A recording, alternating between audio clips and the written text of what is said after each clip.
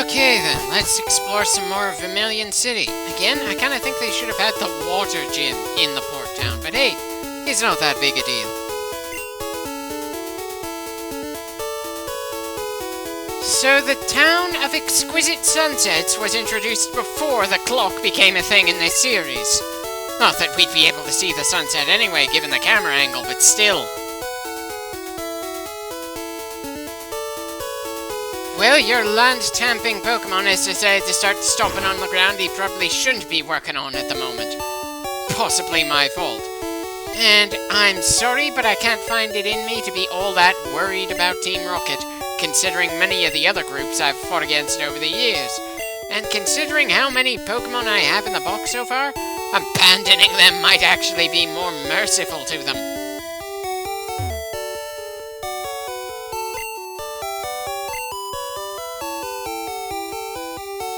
Well, I'm pretty sure the Pokemon hold some responsibility as well, not just a trainer. I mean, these creatures are supposed to be intelligent after all, or at least it's implied they are in various media, if not the games themselves. But that's probably a bit unfair, since the humans in this game, and possibly the other games, don't seem especially intelligent either. I don't know, maybe my standards are just way too high.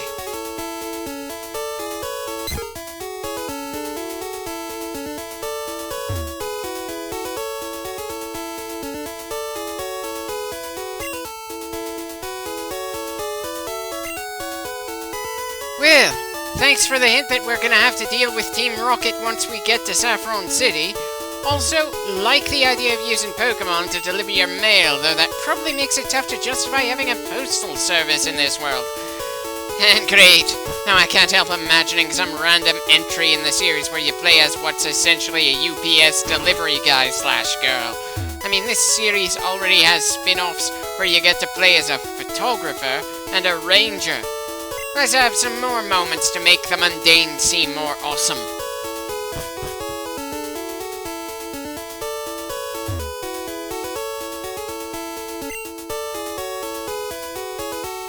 Considering the entire world has plenty of Pokemon here, I'm pretty sure a Pokemon fan club would need a lot more room than what we're going to be seeing in that building to fit everybody. Hell, just how much space would a Pokemon fan club need these days in this world?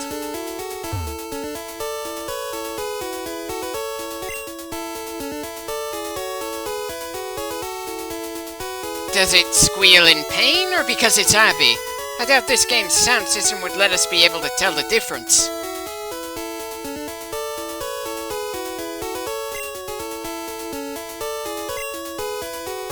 Well, not as fuzzy as me, since you've got 100 of them in the first generation. Again, Professor Oak should have gone to you, or, Bill. Not the random kid who happened to be his grandson's rival for the Pokedex.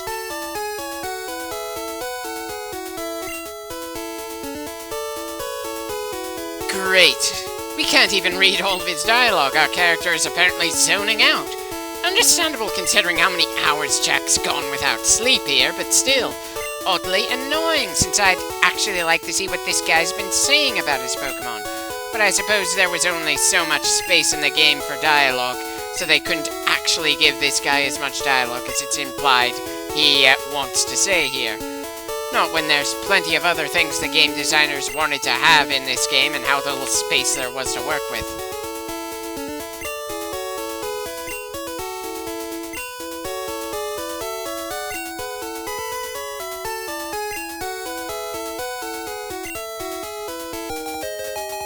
That's right! That's all we needed to do in order to get one of those super expensive bikes back in Cerulean.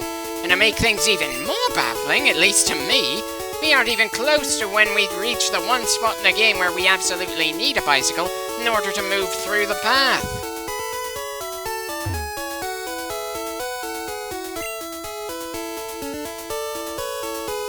I'm probably not the best person to judge Pikachus, buddy.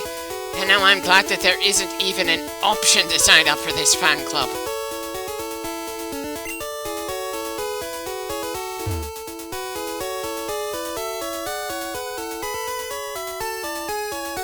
Oh dear, a policy like that is just asking for someone to get into fights. Well, that seems self-contradicting. How can you politely listen to one another while also having a brag-off? Right, we absolutely need to use Cut in order to get to the gym. You'd think that a League-sponsored location like that would absolutely have to be accessible, since not everyone who decides to take the challenge would have gone through Pewter and Cerulean first. But again, I'm overthinking things when the game isn't trying to do that style of world building. All that matters are the roadblocks in the player's way at that particular moment. And thankfully, we have been warned ahead of time about the Pokemon that's going to be blocking the road later on.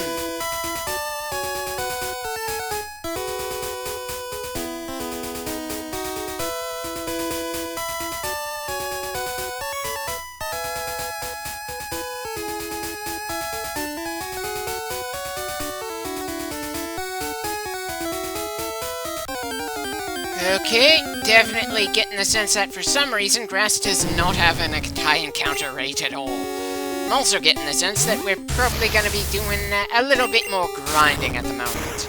Here's hoping everyone's ready for some fast forwarding and that this won't take very long. At the very least, there's probably a few Pokemon here that are worth capturing before we hit the SS Hand. The Nimslot is only going to be taken by a fire type, assuming we can find one here.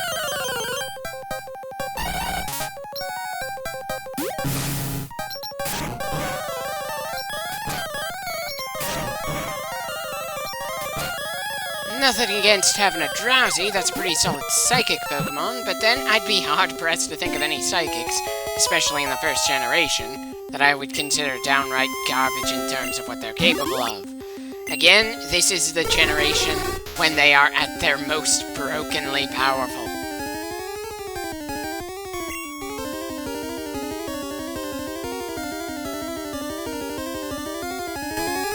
Considering he gets sick from eating bad dreams, it's probably a bad idea to name him Kruger after Freddy Krueger. Unfortunately, when I think Sandman, I think of the Metallica song. And since I'm not all that inclined to have this Pokemon on the front lines, I don't see why I should give him a name that goes with an awesome bit of music there.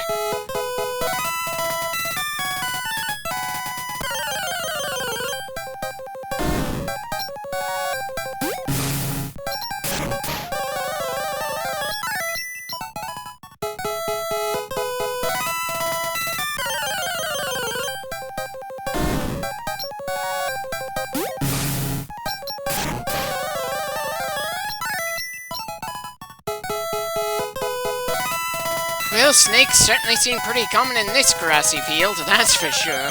So much so, in fact, I'm sure some people might confuse all the snakes for some kind of purple river underneath the grass or something. Again, why did they make Ekans into a rattler snake? I'm sure there are plenty of other visually distinct poisonous snakes out there they could have used for the first form. And just, what made the game designers decide which lines of Pokemon got 2 forms and which ones got 3? After all these years, I've never really seen a pattern for that kind of decision. Huh. Not too sure why I decided to stop grinding there for now, but, well, I mean, that doesn't even seem like a half-decent stopping point. So, whatever.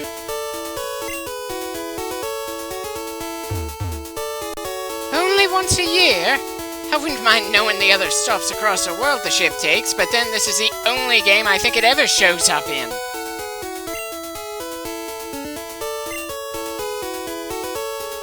How many times does one man have to welcome us to the same ship?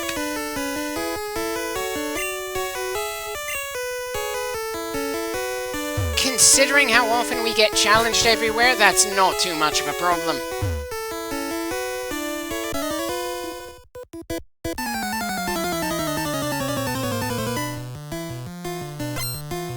For some reason, I was expecting the gentleman's sprite to involve him making a slapping motion with a glove to indicate he was making a challenge.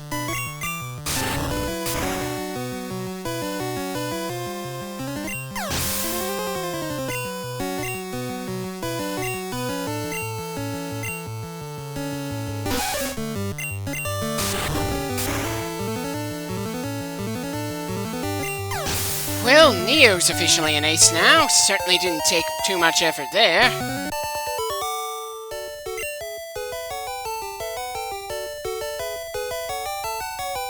Hey, it's your fault that your first inclination was to try to battle us. Besides, it's not like you locked the door to your cabin. You've got to think that plenty of yous are adventurers in a world and society like this.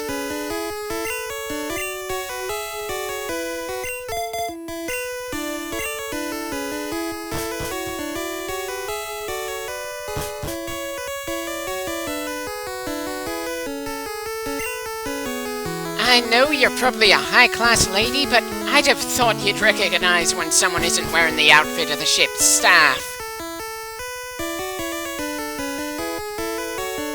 Doesn't look especially great to me, since I've yet to see any bathrooms and there's only one bed per cabin.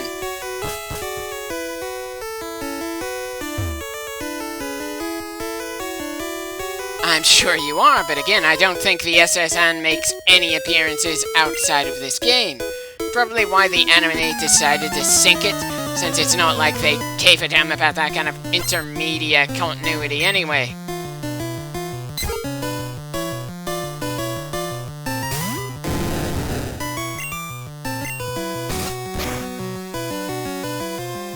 How the hell did a Pidgey manage to survive a bite from... Okay, definitely thinking too hard about how these moves would actually look if we saw them done. You'd think this far into the LP I'd know not to do that sort of thing, especially here in the first generation.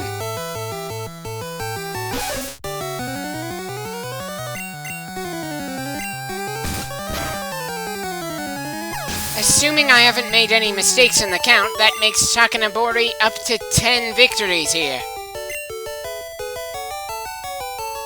Sorry, lady, but even in the Generation 7 remake, you don't actually get any Pokemon that feel like they came from multiple different regions. Feels like a bit of a missed opportunity. I get why they didn't want to rock the boat, no pun intended, in the Generation 3 remake of this game, but really, the one for 7 as well?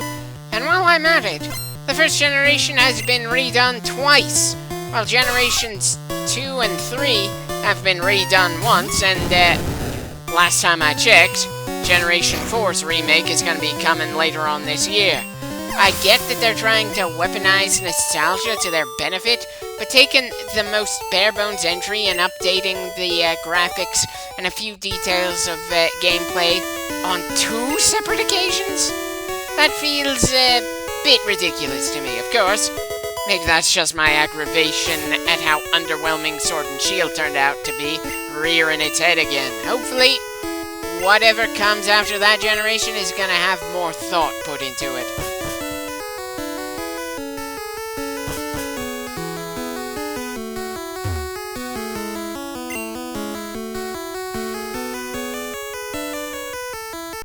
Right, that's a likely story. If you don't know that their headquarters is somewhere in the Kanto region, I'm not gonna be impressed by you in the slightest. But then, I suppose I have a number of unfair advantages figuring out where they are.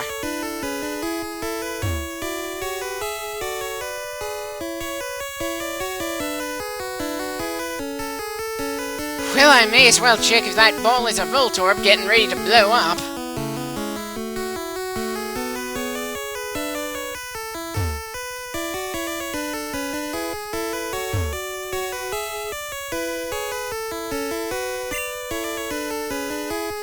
That doesn't sound like something I'd be particularly enthusiastic about, but then I'm not much of a cook, and it's not like we see just how the guy's peeling those spuds.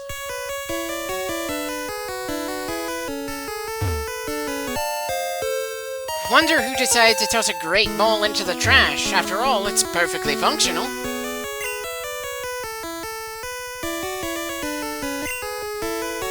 Ah!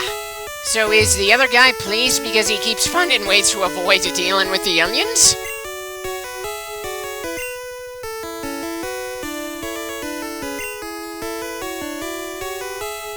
Why do you think the guests won't like it? Have you served it one too many times on this cruise already? Or is it just the fact that people generally enjoy fighting to a degree in this world, so they'll find any excuse to fight?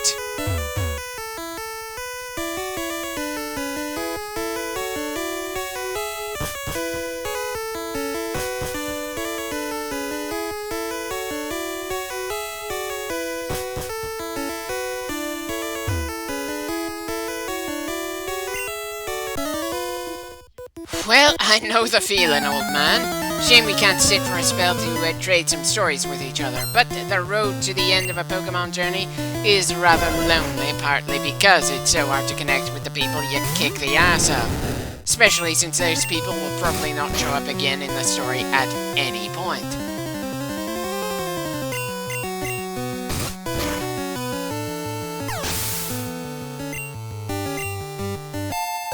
I've got the distinct feeling I'm starting to lose count with the scoreboard since I'm both trying to comment on this game and work on 2 other things at the same time here. Hopefully that's not going to be too much of an issue.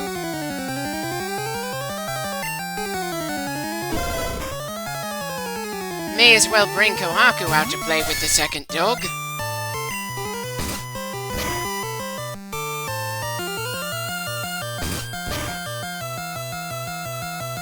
Okay, that stung a bit more than I was expecting, but at least we're still firmly taking this win.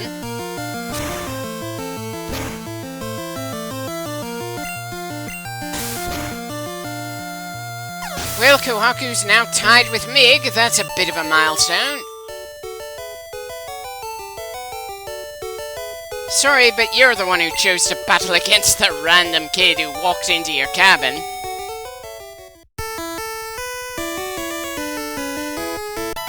Technically speaking, I could keep this clip going for about 10 more minutes, but I'd say this is a reasonable enough length for now.